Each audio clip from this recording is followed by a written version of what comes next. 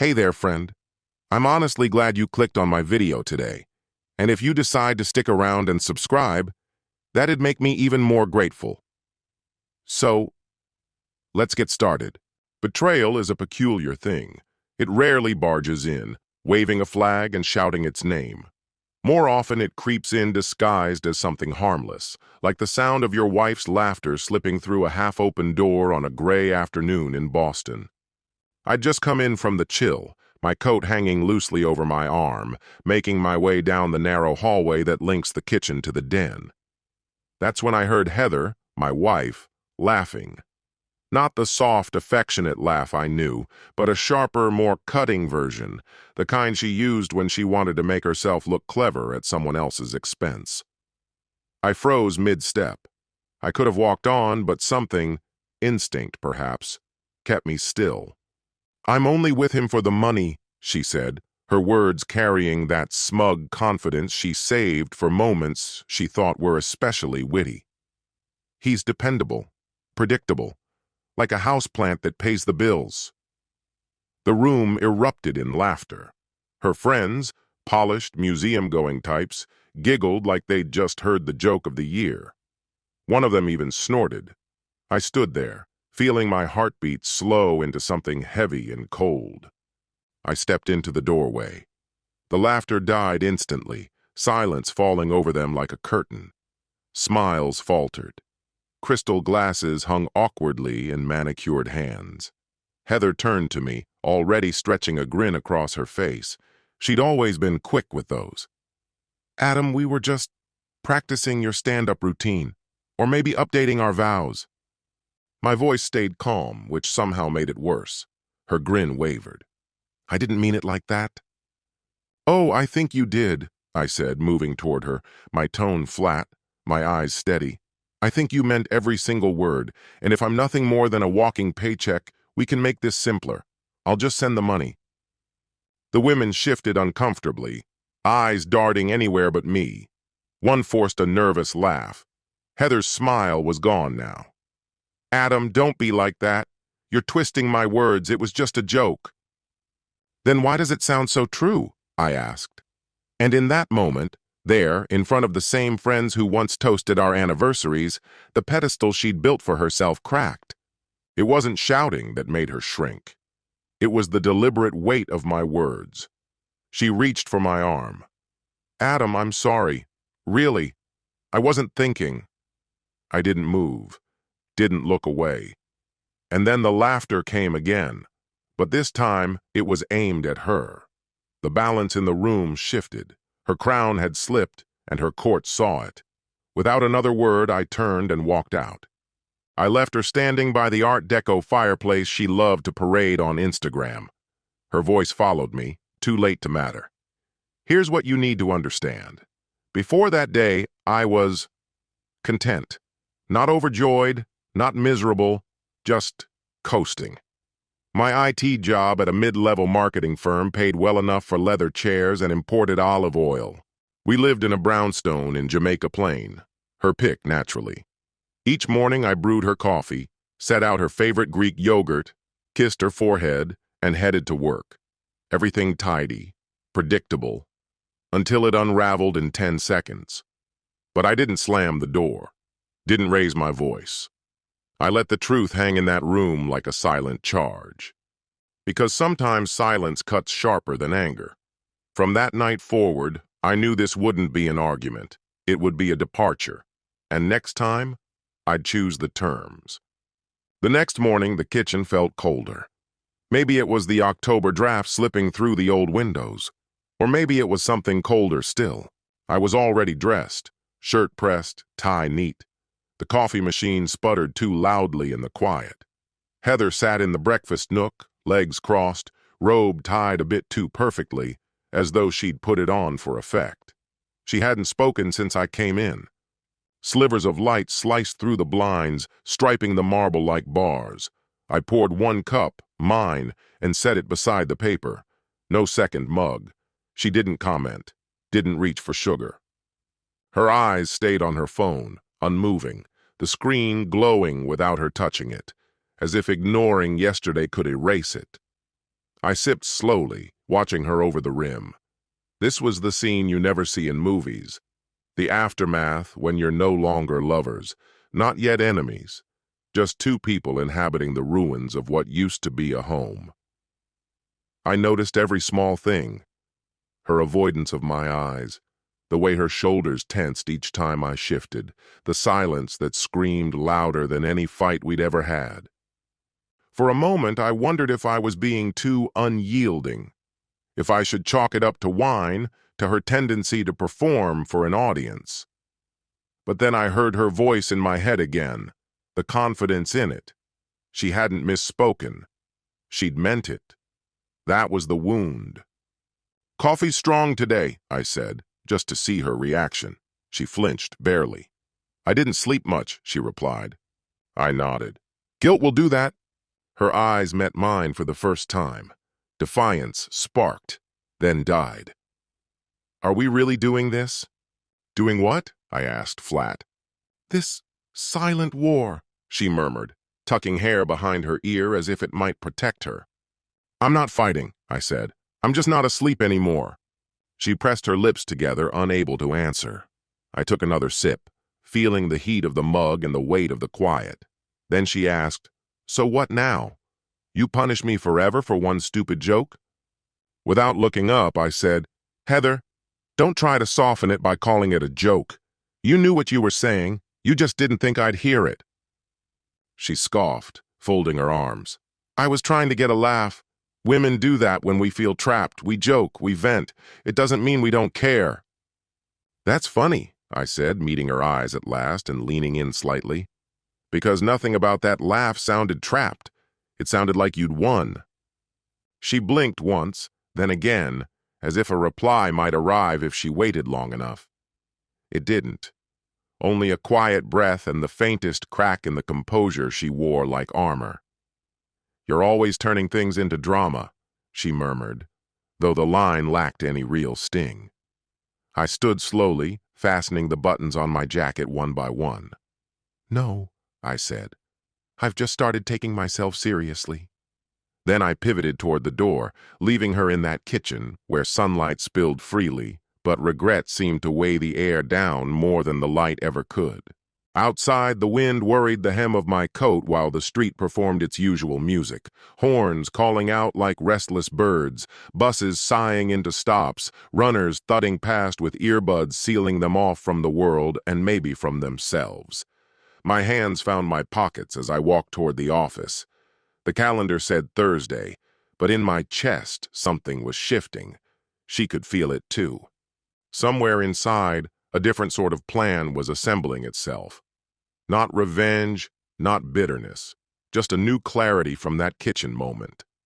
She had never loved me, not truly.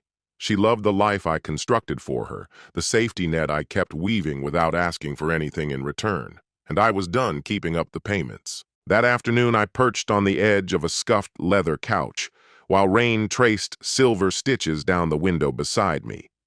The therapist's office was clean, minimal, a space that seemed to wait quietly for borrowed burdens. Across from me, Dr. Benton sat in a gray blazer and wire-rimmed glasses, his calm expression the kind that wouldn't flinch no matter what landed in the air. "What brings you here today?" His tone was soft, as though my reasons were already understood before I walked in. My eyes flicked to the diploma behind him instead of answering. Years of study, hundreds of clients, maybe thousands. My story wasn't rare. Maybe that's why his voice felt still, like water that had heard it all. "I think I've been shrinking," I said at last. His head tilted slightly. "Go on." I leaned back, arms folded. "You ever realize the person you trusted most was never really beside you? Like they were in the room but somehow standing across the street, watching instead of standing with you?" He nodded, slow. "She didn't love me," I said flatly. "Not me. She loved the role I played, the comfort I handed over." Benton let the pause stretch just long enough to feel heavy. "When did that change for you?" "Last week," I replied. "I overheard something she told her friends. I didn't see it coming." The rain tapped a steady rhythm on the glass. "What was it?" "That she stays for the money. called me predictable, said I was like a houseplant that paid the bills. A sharp, humorless laugh escaped me. They all thought it was hilarious. He jotted something down, unhurried. I've been angry, I admitted. Not shouting, just quiet, precise. Like I keep replaying the same moment until every small inflection is louder than the words themselves. How does that sit with you now? I looked through the rain-streaked glass. It showed me I've been scared of being alone. I thought losing her meant losing myself. But I lost myself a long time ago. The words drifted into the air between us like steam. My phone buzzed. A text from Heather. What do you want for dinner tonight? No emoji, no warmth, just the tone you'd use with a polite roommate. I stared for a moment, then typed, whatever.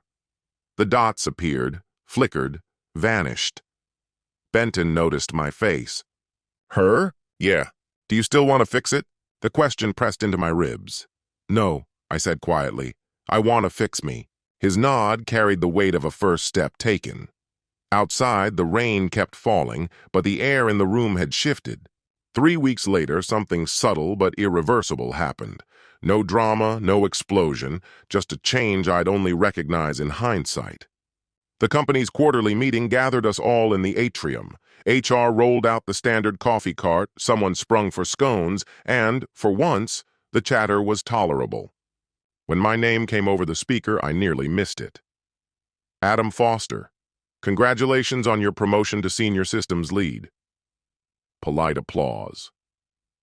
A few heads turned my way. I offered a small smile, tugging at the sleeves of a navy blazer I hadn't worn in over a year. It fit differently now. The raise wasn't life-changing, maybe enough for one extra dinner out a month, but that wasn't the point. The point was Heather's face. She stood off to the side in a crisp white blouse, clapping mechanically, her smile a thin line. But her eyes scanned, assessed, recalculated. I could see her posture shaping questions. Who is he now? That's when Clara arrived. Our quiet data analyst with a blade-sharp mind and the uncanny habit of hearing the words people didn't speak. Coffee in hand, she leaned toward me. You look good today. Promotion'll do that, I said, halfway joking. She didn't smile, just tilted her head like she was noticing something even I hadn't seen. Then she kissed me, soft, quick, not hungry but deliberate, right there in the middle of the atrium, in front of everyone. The impact on Heather was instant. Her gaze snapped from Clara to me, then dropped to the floor. I could almost hear the hairline fracture running through her composure. Excuse me, she muttered, cutting through the crowd until she reached me. Can we talk? She hissed, tugging me toward a quiet corner. What was that? A congratulations, I said with a shrug. From a coworker. That's not how coworkers congratulate people, Adam. I leaned against the wall, arms crossed. And calling me a houseplant isn't how wives talk about their husbands. Yet, here we are. Her jaw clenched. She glanced at Clara, calmly back at her table, then at me. Is this what you're doing now? I'm not doing anything, I said. I'm just not disappearing anymore. Her eyes flashed. Fear, jealousy, maybe realization. For the first time, I didn't care which it was. A few nights later, Clara and I found ourselves across from each other in a little cafe wedged between the Charles River and a used bookstore that smelled of cedar and old pages. We'd wandered there after work, neither in a rush to head home. The place glowed warmly. Exposed brick, strings of light overhead, soft jazz curling through the air. Our lattes arrived in mismatched mugs, and our conversation meandered from art exhibits we'd never seen to obscure bands we loved, to the absurd truth that fax machines still existed. I couldn't remember the last time I'd laughed like that. The air carried no weight, no trace of performance or hesitation, only a natural rhythm of conversation, the kind that smooths out the rough edges of the day. Clara never rushed to bridge the quiet. She didn't angle for attention, didn't speak to fill space. She simply inhabited the silences, poised and unhurried, as though they were hers by right. Midway through her story about mistakenly stumbling into a French poetry slam, I caught myself sitting differently, shoulders relaxed, chin slightly lifted, breath falling into an easy pace. It wasn't something I was doing on purpose. A flicker of my reflection in the cafe window, just a blurred mix of lamplight and motion, showed me a man no longer weighed down by invisible chains. Clara leaned in, laughing at something I'd said, and that's when I noticed a fine scar near her temple. You wouldn't see it unless you were looking for it. It made her feel real, not sculpted into the flawless, hollow image I'd grown accustomed to at home. "So," she asked casually, pausing to sip her drink, "do you always dress like a literature professor who moonlights on a motorcycle?" I chuckled. This is a recent development. Let's call it a rebrand." Her smile widened as she propped her chin in her hand. "It suits you." There was no push in the words, no hidden intention, just an honest observation. Outside, the city murmured along the river, the water catching fractured light. Cabs drifted past like half-awake fireflies. It was the kind of night that didn't need to prove itself, unhurried, self-contained, like jazz finding its own way. Clara glanced at her watch. "We should probably head out before the barista starts dropping hints." I nodded, but didn't move. Part of me wished this place could stay open forever. She stood first, slipping on her coat. We stepped into the cool night, greeted by a breeze smelling faintly of damp leaves. She crossed her arms against the chill, and I instinctively offered mine. She shook her head, a faint smile playing at her lips. "I'm fine." And I believed her. We lingered beneath a street lamp's glow, neither of us rushing toward goodbye. "Thanks for tonight," I told her. "I didn't realize how much I needed it." She tilted her head slightly. "Everyone needs proof they're not invisible." She smiled once more, then turned toward her car. I stayed planted where I was, hands buried in my pockets, watching her taillights dissolve into the dark. It wasn't love, and I wasn't chasing anything new. But for the first time in years, I felt like I'd been truly seen. And that meant more than all the apologies Heather had never bothered to make. Driving her home had been unexpectedly peaceful. Her neighborhood rested quietly at the edge of town, sloped streets, porches glowing under soft bulbs, trees swaying in the late autumn breeze. A place where horns were rare, reserved for necessity. As we wound along Maplewood Lane, she rested her arm on the window ledge, eyes half closed, looking completely at ease. "I used to live near here," I said, nodding toward a bakery on the corner. "Still makes the best raspberry turnovers in the city." She smiled faintly, tucking a strand of hair behind her ear. "Ever think about how many versions of yourself are still walking around in old neighborhoods? Like echoes that never really fade?" I glanced over at her. "Lately, I think about that more than I sleep." Our quiet laugh wasn't for a joke, but for the truth in it. Pulling into her driveway, I stopped under an oak shedding gold leaves. The dashboard glow wrapped the car in a small, warm pocket of light. She unfastened her seatbelt but didn't move right away.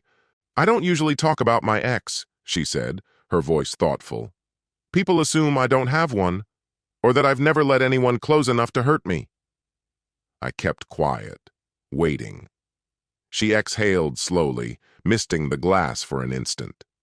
It wasn't the obvious kind of bad. No shouting, no bruises, just slow erosion, losing yourself one offhand remark at a time. I met her gaze. There was no pity in mine, only understanding. "He once told me silence was my only strength, that speaking would make me smaller." My grip tightened on the steering wheel. "What did you do?" She looked toward the porch. "I left. No fight, no scene. Just a note and a key in the mailbox. Then I didn't speak to anyone for weeks. Took the quiet back, but this time it was mine." The night seemed to hold still around us. For that moment, we weren't colleagues. We were two people who had survived something and come out the other side. You remind me of that version of myself, she said softly. The one who left. Not because the hurt was gone, but because she finally believed she was allowed to go. I swallowed. I think I'm still learning how to believe that. She nodded, letting the words be. Silence isn't always empty, she said. Sometimes it's the truest thing you own. We stayed there a while, headlights fading, radio off, the night resting gently around us. I didn't take her hand, didn't try to kiss her. We weren't there, maybe never would be. But something inside shifted, the kind of shift that happens when healing takes its time. Good night, Adam, she said, stepping into the warm spill of her porch light. I watched her cross the path, boots crunching through leaves. When her door closed, I finally exhaled, not from loss, but from the quiet sense that something had just begun. The next weekend, I didn't go anywhere. Heather had headed to her parents' in Concord, announcing it like a weather update before hauling her suitcase to the Audi and driving off without looking back. She probably expected I'd call before Sunday, apologize for being distant, and suggest brunch at that overpriced cafe she liked, the one full of brittle smiles and overcooked eggs. Instead, I found the boxes. They'd been shoved into the back of the closet. Forgotten paintbrushes, tubes of pigment hardened into fossils, canvases with bent corners. Beneath a pile of dusty tax papers, my old sketchbook emerged, its cover warped from damp. I laid everything out on the dining table, swept the dust away, and stood for a long moment just looking. I hadn't touched a brush since my 3rd year at the firm. Not since life had dissolved into a string of polite obligations and social gatherings I wished I could skip. But now, the quiet belonged to me. I chose it. Coltrane's saxophone curled softly from the record player, the faint hiss of the needle adding warmth. I opened the windows, letting in the crisp autumn air. The scent of chimney smoke and wet leaves mingled with turpentine and linseed oil. It smelled like memory. I reached for the brush, my hand moving like it belonged to someone else. At first, my grip was awkward, my knuckles stiff. The first marks were hesitant, awkward swipes that drifted where they pleased. But I didn't stop to correct them. Whether the result would be beautiful or a disaster didn't concern me. I just kept working, canvas after canvas, color after color. There was something almost sacred in pulling shape from stillness, in letting emotion flow through bristles instead of words. The hours slipped away without my noticing. Daylight drained from soft blue to ashen gray, then melted into a deep velvety violet. I never paused to eat. I didn't glance at my phone. I didn't let Heather slip into my thoughts. By the time the clock struck midnight, 5 unfinished paintings leaned unevenly against the wall. They were rough, unrefined, but unflinchingly sincere. The apartment didn't feel like a generic condo anymore. It had transformed into a working studio. My hands were streaked with pigment, my shirt mottled with splashes of color, but there was a weightlessness in my chest I hadn't felt in years. The smile that came wasn't born of pride, nor was it quite joy. It was the quiet recognition that, for once, I was creating without bending to anyone's approval. I painted without an audience because there wasn't one. And in place of loneliness, the emptiness felt like liberation. Sometime around 1 in the morning, I collapsed onto the couch, soft jazz whispering from the speaker. Moonlight caught on the corner of the piece I loved most, brushing it with silver. It was never supposed to be. It had started as a mess, chaotic strokes, shadows heavy enough to drown in, but over time it softened. Its edges grew hazy. Blue washed over it like dusk, cool without being cold. There was a quiet strength in it. Looking at it, I thought, maybe recovery isn't tidy, maybe it's not even finished. Maybe it's simply the act of continuing. Sunday night had grown late when I heard the sharp, unmistakable sound of a car pulling in. Heather's car. I didn't check the time. I didn't need to. She wasn't due back until late Monday. Something must have changed, or broken. I stepped outside, the dish towel still hanging from my shoulder. She'd pulled up crookedly, one heel already planted on the driveway. Her face was taut, flushed, frantic. She hadn't come to talk. That's when I saw Clara. She had just finished dropping off a gift, oil pastels she'd found at a thrift shop. We'd spoken briefly, no touch, only shared laughter. Apparently that was enough. Heather's voice ripped through the air, jagged as rusted metal. "Well, not even pretending anymore, are we?" Clara froze in place, eyes searching mine for direction. "It's fine," I told her evenly. "Go on." But Heather had no intention of letting go. The car door slammed. She advanced with the precision of someone delivering a final blow. "Don't go just yet," she called after Clara. "You should see the kind of man you're dealing with. He'll smile, agree with everything, and then quietly cut you open when you're not looking." "Heather," I warned, but she had already tipped past reason. "You think you're special?" she snapped, fixing her stare on Clara. "He smears paint on a canvas, acts like the wounded genius, and suddenly thinks he's profound." Clara's voice stayed calm. "I'm not here for him. I'm here because he's the only person I know who doesn't lie to himself." The words landed like a strike. Heather's laugh came out brittle, the kind that hurts to hear.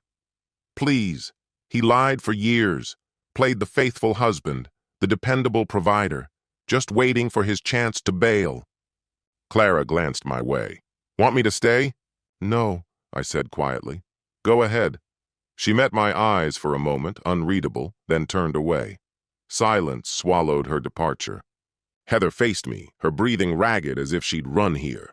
"You're humiliating yourself," I said. "And me?" "Oh, save it," she spat. "I gave you everything. And the second some woman smiles at you, you toss me aside like I'm nothing?" "You gave me nothing real," I replied, stepping toward her. "You played the part when it served you. The moment boredom set in, you ridiculed me to anyone who'd listen. Now you're enraged because I stopped chasing love from someone who never had it to give." She fell silent just for a moment. Porch lights flicked on around us, neighbors peering from behind curtains. I didn't care. My voice stayed low, steady. "You embarrassed yourself tonight," I said. "Not because of Clara, not because of me, but because, for once, you weren't in charge of the story." Her mouth opened, but no words came.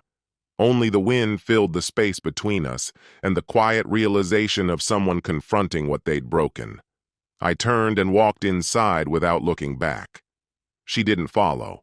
Minutes later, her tires shrieked against the pavement as she sped away. I watched the red glow of her taillights fade into the distance before turning from the window. No calls, no texts, only silence, and it was beautiful. For the first time in years, the living room was entirely mine. No curated coffee table books, no perfume lingering in the air after hurried exits. Only stillness. Jazz humming quietly. My unfinished painting waiting on the easel. I sank into the armchair by the fireplace, the one she'd always said clashed with her style, and waited. Not for her. For clarity. It arrived a little after midnight. The front door never opened, but I heard something upstairs, a soft, deliberate sound. I climbed the carpeted stairs to find Heather in the bedroom doorway, mascara smudged, cheeks streaked with tears. She didn't look shattered, only desperate. "I'm sorry," she whispered. "I shouldn't have said those things. It wasn't fair." I stayed silent. She took a step forward. "Adam, please. Can we talk?" I met her gaze and spoke words I hadn't uttered since that night in the hallway, her own words. "I only stay with him for the money. He's harmless, predictable, like a houseplant that pays the bills." Her face twisted. "I was joking." "No," I said. "You were telling the truth. Don't try to rewrite it now." She sat on the bed, hands laced together. "I didn't think things would come to this. I just assumed you'd always be here, that you'd stay no matter what." That was the sharpest cut. Not the insults, not the scene outside, but the certainty. She'd never believed I could leave. "I'm not here to hurt you," she murmured. "I just got scared. You've been so quiet." You seem fine. I am fine, I told her. And that's what frightens you. Her mouth opened, but nothing came out. I drew a steady breath. This isn't a fight anymore, Heather. It's the last act. She stood quickly. Don't say that. You don't mean it. But I did. I walked out, closing the door to the guest room behind me. No slamming, no shouting, just a conclusion. She didn't come after me. The next morning, she left without a kiss, without a note, without a plea to stay. I overheard her on the phone telling her mother she'd be staying a few days, maybe longer. Her voice thinned at the close, quivering on the final syllables. I stayed where I was, upstairs, still, unmoved. I didn't go to her, not this time. Silence was no longer the blade I wielded, it had become my reply. A month later, I was tending the neat line of succulents perched along my balcony railing when my phone lit up. What reached me first wasn't her voice. It was that same sharp, metallic ringtone she'd picked years back, the one I'd never bothered to replace. It cut through the quiet morning like glass. The phone vibrated against the wrought iron tabletop, buzzing with an urgency that seemed to anticipate my reaction. I lifted it, pressed it to my ear, and said, "Hello?" Her words spilled out immediately, quick, tight with strain. "You're serious? Divorce papers? Sent to my parents' address?" I didn't get up. My voice stayed level. The sunlight was still draped warm across my arms. A lazy breeze caught the edge of my shirt. "Yes," I said. She hesitated a beat. Then, sharp, disbelieving, "You couldn't have called me first?" I took a slow swallow of coffee. "You left. Again. You ignored my messages. No calls back. You've been gone for a month, Heather. I thought we'd both understood without saying it." "Don't twist this," she snapped. "This wasn't mutual. You blindsided me." A short, incredulous laugh left me, not unkind, just astonished. "Heather, you stood in our hallway and told people you stayed for the money. You humiliated me in front of half the street like it was some sport. You vanished the moment you couldn't bend the story your way. And you're surprised I signed? You think you're so composed," she hissed. "Perched up there, acting above me." "No," I said evenly. "Just unbound." I could hear her breathing shift, footsteps echoing somewhere, a polished, curated space her family swore wasn't the product of old money. Then her tone sank low. "You're really not going to fight for us? For me?" And there it was. Not love. Not regret. Control. The realization that the leash she'd held no longer reached me. I set my mug down, leaned back into the chair, and let a faint smile take shape. "I never asked you to stay, Heather," I said. "I'm not about to start." The line went still. A faint rustle of fabric, a creak of furniture. I pictured her in her mother's favorite armchair, divorce papers laid untouched before her, her pride splintering. When she finally spoke, her voice was softer. "You've changed." "I've come back to myself," I said. She hung up without goodbye. I sat a while longer, taking in the skyline, rooftops catching the first light, pigeons bobbing along power lines, wind chimes drifting from somewhere down the block. Everything felt distant, yet gentle. Below, a bike courier stopped to deliver a bouquet. Not for me. Probably not for Clara either. Just another small kindness in a city that had already moved past our story. I rose, stretched, and looked to the canvas propped against the balcony door, the one I'd painted the morning after she left. Soft blues, deep charcoal, streaks of sienna sliding downward like rain. I'd titled it Absence. It was already sold. Tomorrow I'd bring it to the gallery, where Clara would be finishing the last of the new exhibit's installations. The first time she saw it, she hadn't asked a single question, just looked. That was her way. She understood without translation. I stepped back inside, poured a fresh cup of coffee, and pushed the window wide. Heather might never understand, but for the first time, that didn't matter. This quiet belonged to me. A year later, the loft glowed with warm light and low chatter. Not grand, just the sunlit upper floor of a converted textile mill on South Boston's edge.